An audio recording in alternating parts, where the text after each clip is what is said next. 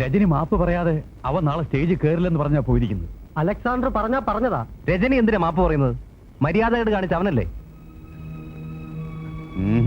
നാടകത്തിൽ അങ്ങനെ മര്യാദയുടെ ഒന്നുമില്ല. എന്റെ കർത്താവ്, നാളത്തെ പ്രോഗ്രാം ബുക്ക് ചെയ്തിരിക്കുന്നത് പോലീസ് അസോസിയേഷനാ. നാടകം നടന്നില്ലെങ്കിൽ ഇടികൊണ്ട് ചുരുളും. എന്റെ ദൈവമേ, ആകെ പൊല്ലാപ്പായല്ലോ. അതെ, ഇതിനിറങ്ങി തിരിക്കുന്നതിന് മുമ്പ് ആലോചിക്കണമായിരുന്നു. നാളെ തട്ടേ കയറ്റാൻ ഈ മൂക്കേ മുഹൂർത്തത്തിൽ ആളെ തപ്പിയെടുക്കാൻ പറയരുത്. അത് ബുദ്ധിമുട്ടാ. എന്നാ പിന്നെ എല്ലാവർക്കും കൂടി സ്റ്റേഷനിൽ കയറി കിടക്കാം. ബന്ധപ്പെട്ട് ഓരോ കുറി കഴിക്കും തോറും സംഗതി പിന്നെ കുരുങ്ങണല്ലോ. അത് തന്നെയാണല്ലോ നാടകത്തിന്റെ പേരും, ഊരാ കൊടുക്കൽ. അറാൻ പറ്റുമെന്നൊക്കെ കേട്ടിട്ട്. അല്ല, അത് പിന്നെ എരുതിയിൽ എണ്ണ ഒഴിക്കാതെ എന്തെങ്കിലും പരിഹാരം പറയേണ്ടി ചെയ്യാ.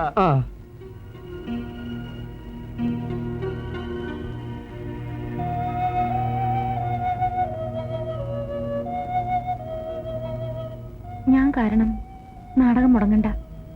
കുട്ടിക്കൃഷ്ണൻ അയച്ച് അയാളെ വിളിപ്പിക്കൂ. ഞാൻ മാപ്പ് പറയാം. അത് ശരിയാ. ഇപ്പൊ തന്നെ അലക്സാണ്ടർ ബസ് സ്റ്റാൻഡിൽ കാണും. ഞാൻ കയ്യോടെ പിടിച്ചോണ്ടാ. കുട്ടിക്കൃഷ്ണൻ നിൽക്ക്. അവനെ രജനി തല്ലുവിൽ ഒരു തെറ്റുമില്ല. അലക്സാണ്ടറോട് രജനി മാപ്പ് പറയുന്നത് നമ്മളെല്ലാവരും അവന്റെ മുന്നിൽ കീഴടങ്ങുന്നതിന് തുല്യവാ. അത് ശരിയാ. ഒന്ന് വഴങ്ങി കൊടുത്താലേ മുട്ടു സൂചി കുത്തേണ്ടടുത്ത് കട്ടപ്പാറ കയറ്റുന്നവനവൻ. നമ്മളങ്ങനെ ചുഴിഞ്ഞു നോക്കിയിട്ട് കാര്യമൊന്നുമില്ല. രജനി മാപ്പ് പറയാന്ന് പറഞ്ഞല്ലോ. എത്രയും വേഗം സംഗതി സോൾവ് ചെയ്യാൻ നോക്ക്. ഇല്ല, രജനി മാപ്പ് പറയുന്നില്ല. പിന്നെ നാടകം എങ്ങനെ നടക്കും? അതിന് വഴിയുണ്ടാക്കാം. ഒരു 100 പ്രാവശ്യം പറഞ്ഞു തന്നല്ലേ ചെയ്യാ. പോലീസുകാരെ പ്രോഗ്രാം അത് ഓർമ്മ വേണം. ഇന്നലെ ഒരു രാത്രി ഉണ്ടെങ്കിൽ 100 പ്രാവശ്യം പറയുന്നത്. നിങ്ങളുടെയൊക്കെ തടയടിക്കാൻ കയറി അഭിനയിച്ചാൽ പോരാ, ഇപ്പൊ ഭരിക്കുന്നോ? ജയ, ഒന്ന് പതുക്കെ, ഓഡിയൻസ് കേൾക്കും. ജയന്റെ ടെൻഷൻ അറിയാവുന്നോണ്ട് ഞാൻ ഓർമ്മിപ്പിച്ചെന്നേ ഉള്ളൂ. അടുത്ത സ്വപ്ന സീന. ആനയെ പേടിക്കാൻ പിണ്ടത്തെ പേടിക്കേണ്ട കാര്യമില്ല എന്ന് കാര്യസ്ഥൻ പറഞ്ഞാൽ ഉടൻ താൻ കയറണം. കാര്യസ്ഥനെ ക്രൂരമായിട്ട് നോക്കണം. അപ്പൊ പരിമള എക്സിറ്റ് ആകും. ഉടൻ തന്റെ ഡയലോഗ്, സുഗന്ധി നിന്നെ ഒന്ന് കാണാൻ പോലും അനുവദിക്കുന്നില്ലല്ലോ. ഇങ്ങനെ പോയാൽ നമ്മൾ നെയ്ത സ്വപ്നങ്ങൾ എല്ലാം തകരും. അപ്പൊ രജന്റെ ഡയലോഗ്, നന്ദ നമ്മുടെ സ്വപ്നങ്ങൾ തകരില്ല, അത് തകർക്കാൻ ഞാൻ ആരെയും അനുവദിക്കില്ല. അപ്പൊ സുഗന്ധി എന്ന് പറഞ്ഞുകൊണ്ട് നീ അവളെ കെട്ടിപ്പിടിക്കണം. അത് ബുദ്ധിമുട്ടാണെന്ന് ഇന്നലെ പറഞ്ഞില്ലേ? കെട്ടിപ്പിടിക്കണം, എന്നാലേ സ്വപ്നം വർക്കൗട്ട് ആവൂ. കെട്ടിപ്പിടിച്ചിട്ട് അങ്ങനെ സ്വപ്നം വർക്കൗട്ട് ആക്കണ്ട. കെട്ടിപ്പിടിച്ചാലേ ലൈറ്റ് ഓഫ് ആവൂ. കുഞ്ഞേ, തമ്പുരാന്റെ കൽപ്പന എനിക്ക് അനുസരിച്ചേ മതിയാകൂ. എന്നാൽ ആ തമ്പുരാന്റെ മകളാണ് കൽപ്പിക്കുന്നത്. നന്ദഗോപാലിനെ വിളിക്കൂ. വന്ന് ആനയും പേടിക്കണം, ആനയുടെ പിണ്ടത്തെ പേടിക്കണോ? എന്താ പറഞ്ഞത്? ഒന്നും പറഞ്ഞില്ല, വിളിക്കാന്ന് പറയായിരുന്നു. നന്ദഗോപാല,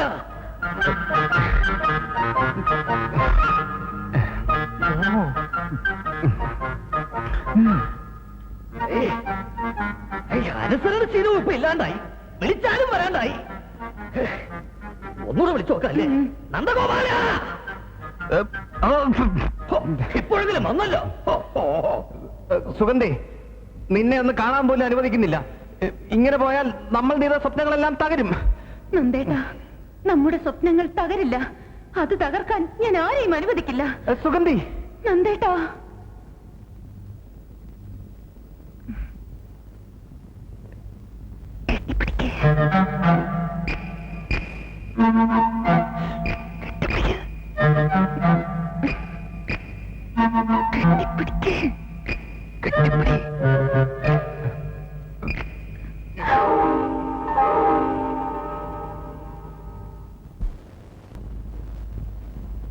മാഹി എന്തിനുള്ള പുറപ്പാടാണെന്നാ എനിക്ക് മനസ്സിലാവാത്തത്. താൻ ഡ്രാമ ട്രൂപ്പ് ഫോം ചെയ്യാൻ തുടങ്ങിയപ്പോഴേ ഞാൻ വിലക്കിയതാ. ഇപ്പൊ ജയനെ കൂടി എന്നെ തള്ളി ഇറക്കാന്ന് പറഞ്ഞാൽ? എന്നെ ആരും തള്ളി ഇറക്കിയൊന്നുമല്ല.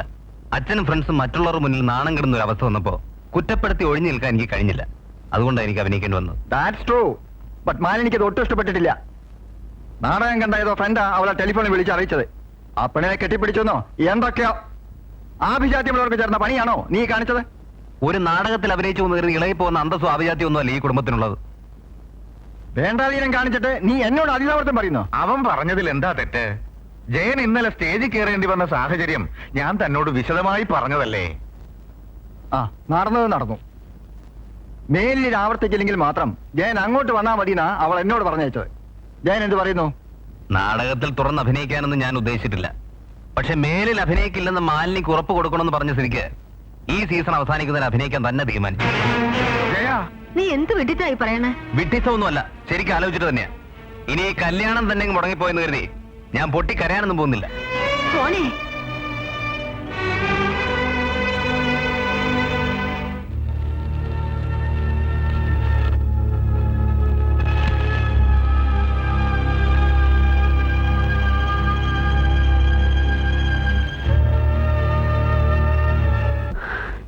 നാടക ഏർപ്പാട് ഇനി എന്തൊക്കെ വിനയാണോ വരുത്തി വെക്കാൻ പോകുന്നത്. എന്റെ സതീശൻ പോയി. ദേ ഇപ്പോ ജയൻ ആലോചിച്ച് വെച്ചിരുന്ന കല്യാണവും മുടങ്ങി. ആണുങ്ങൾ ചെയ്യുന്ന ഓരോ പ്രവൃത്തികൾ കാരണം നമ്മൾ പെണ്ണുങ്ങളായി ഇങ്ങനെ കിടന്ന് വിഷമിക്കേണ്ടി വരുന്നത്. എന്നാ ചെയ്യാനാ? എത്ര വിഷമിച്ചാലും വിധി എന്ന് പറയുന്ന ഒന്നുണ്ടല്ലോ, അതുപോലെ നടക്കും. അതുള്ളതാ.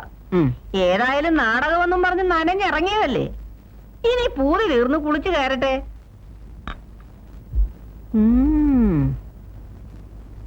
സൂസന്നയ്ക്ക് ഇതുവരെ പ്രശ്നങ്ങളൊന്നും ഉണ്ടായില്ലല്ലോ, അതാ അങ്ങനെ പറയുന്നത്.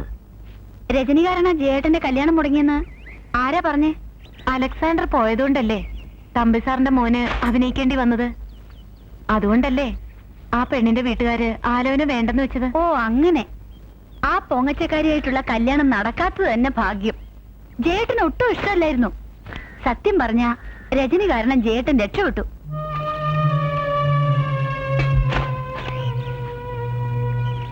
ആ നാടകക്കാരിയെ സൂസന്ന ഇവിടെ ജോലിക്ക് നിർത്തിയോ?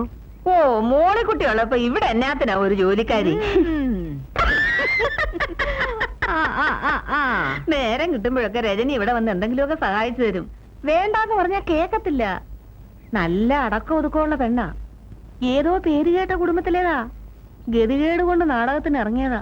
ഇതൊക്കെ എത്തരക്കാരികളാണെന്ന് ആർക്കറിയാം? അതെ അതെ, ഇവളെ സതിക്കും വലിയ കാര്യാ. ആ ഞാൻ ഇറങ്ങട്ടെ സൂസന്നെ. ശരി. സുമിത്ര വരുന്നുണ്ടോ? വാ. വരട്ടെ ചേട്ടാ. ഓമന ചേച്ചി, ഓടനാവട്ടെ ഓമന ചേച്ചി.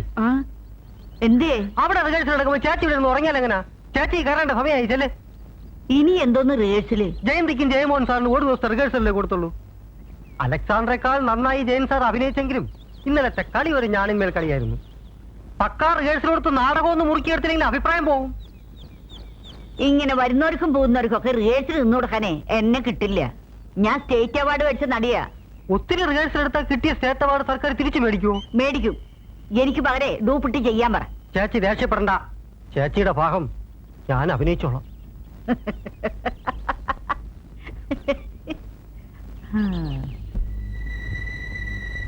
എന്റെ ദൈവമേ, വൈശാഖൻ.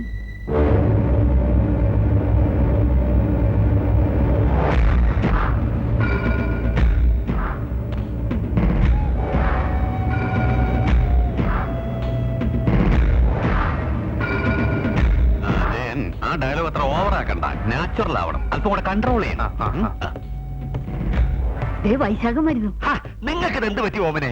വൈശാഖം വരുന്നതിന് നിങ്ങൾക്ക് എന്താ? ആ പാപം കഴിഞ്ഞവിടെ വന്നു പോകും ഞങ്ങള് കണ്ടതല്ലേ, വെറുതെ പേടിക്കുന്ന എന്തിനാ? എനിക്കൊന്ന് പേടിക്കാൻ നിങ്ങളുടെ അനുവാദം വേണം. വേണ്ട, പക്ഷെ അത് പറഞ്ഞ് മറ്റുള്ളവരെ പേടിപ്പിക്കുന്ന എന്തിനാ? അറിയാത്ത പുള്ളിക്ക് ചൊറിയും പറയും. ഓ, വരൂ വൈശാഖൻ. ഹായ്. അന്ന് വാങ്ങിയ 25 രൂപ അയ്യോ, വേണ്ടായിരുന്നല്ലോ. കട ഇട്ടോണ്ടിരുന്ന എനിക്ക് ഭയങ്കര ടെൻഷനാ. അയ്യോ, റിഹേഴ്സൽ നടക്കാനെന്ന് തോന്നുന്നു. ഞാൻ വന്നത് ഡിസ്റ്റർബൻസ് ആയോ? ഏയ് ഒരിക്കലുമില്ല. ഊരാക്കുടുക്കൾക്ക് നിറയെ ബുക്കിംഗ് ഉണ്ടെന്ന് കേട്ടല്ലോ. ഈശ്വരാധീനം കൊണ്ട് എന്റെ നാടകങ്ങൾക്ക് സ്റ്റേജ് കിട്ടാത്തൊരവസ്ഥ വന്നിട്ടില്ല. വൈശാഖൻ നല്ലൊരു ആർട്ടിസ്റ്റ് ആണെന്ന് കേട്ടിട്ടുണ്ട്. അടുത്ത വർഷം ഞങ്ങളുടെ സമിതിയിലൊന്ന് സഹകരിച്ചുകൂടെ? സഹകരിച്ചൂടെ? അത് പോട്ടെ, സമയം കിട്ടുമ്പോഴൊക്കെ വരണം. ആ,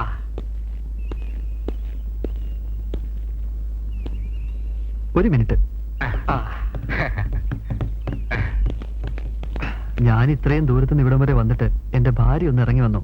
സുഖമാണോ എന്നൊന്ന് ചോദിച്ചോ. നിങ്ങളുടെയൊക്കെ ഭാര്യമാര് ഇങ്ങനെയാണോ? അല്ല, അതിപ്പോ ഓരോരുത്തരും ഓരോ തരത്തിലല്ലേ. അല്ല, ആ പൊട്ടി കഴിവറവള് വരില്ല. അവളോടൊന്ന് ചോദിക്കട്ടെ.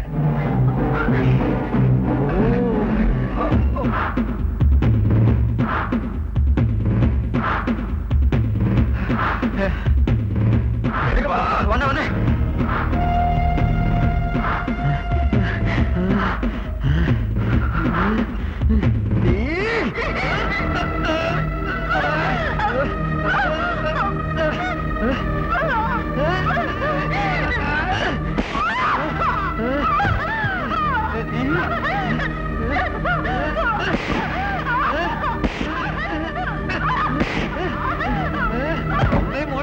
വിടൂ.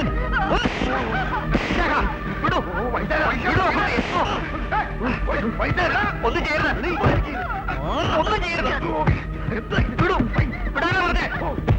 വിടാൻ. നീ അങ്ങോട്ട് പോണ്ട. അങ്ങോട്ട് സോൾവ് ചെയ്തോളൂ.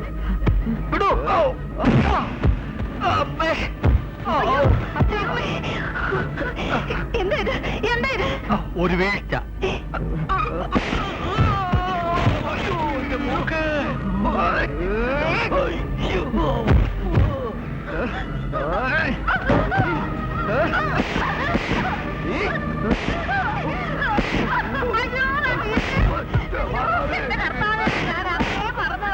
ഈ ഏടാകൂടത്തിലൊന്നും പോകണ്ടെന്ന്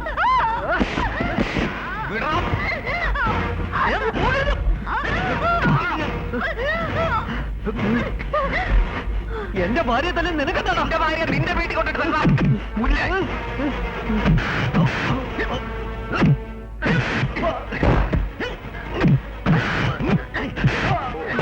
പോയി പോലീസിനെ വിളിക്ക്.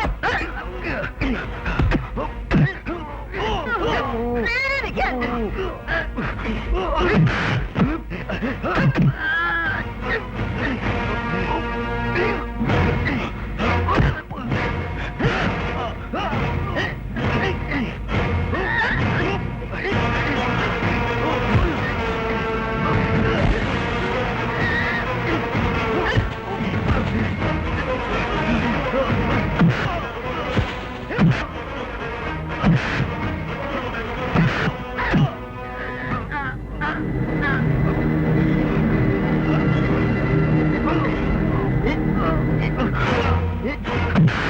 അച്ഛനെ നോക്കിയോ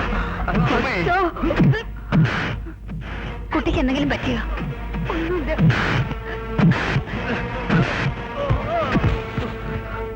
എന്റെ കുട്ടിക്ക് ഒന്ന് നോക്കിക്കോ പിടിച്ചോ നേരെ.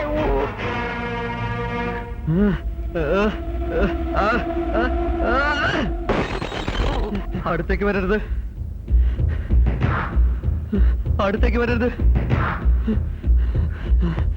അടുത്തേക്ക് വരരുത്. അടുത്തേക്ക് വരരുത്. അയ്യോ അടുത്തേക്ക് വരരുത്. അടുത്തേക്ക് വരരുത്.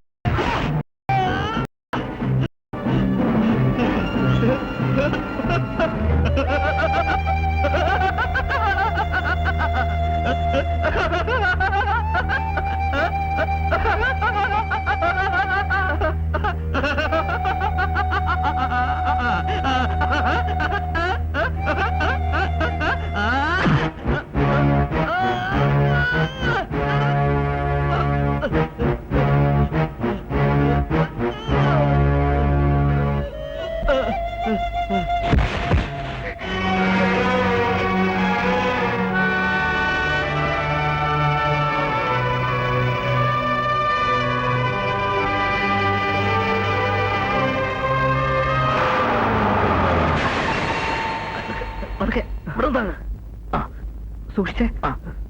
വേഗോട്ട് ആ കാലിന്റെ ഭാഗത്ത് പിടി.